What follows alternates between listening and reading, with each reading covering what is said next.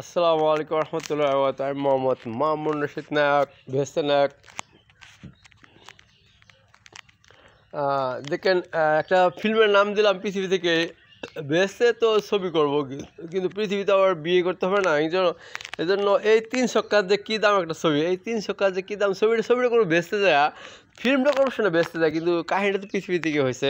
তো এই এই ৩০০ মানে এই গঠন রয়েছে, ছবিটা গঠন হয়েছে যে কারণে এই যে ৩০০ আমার ছক্কাটা খালি ক্রিকেট খেলার ছক্কাই বুঝছেন না। হ্যাঁ, ক্রিকেট খেলার মধ্যে ছক্কা আছে, কেন টুর্নামেন্টে এমন ৩টা ছক্কা আছে, ওই 3টা ছক্কার নাম হলে টুর্নামেন্ট কেউ জিতে দিতে পারবো না, ঠিক আছে না?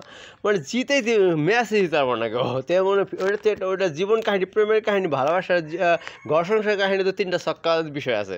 এই জন্য ফিল্মের নাম হলো এই ৩ ছক্কা, এই ৩ ছক্কা যে কী দাম বুঝলেন।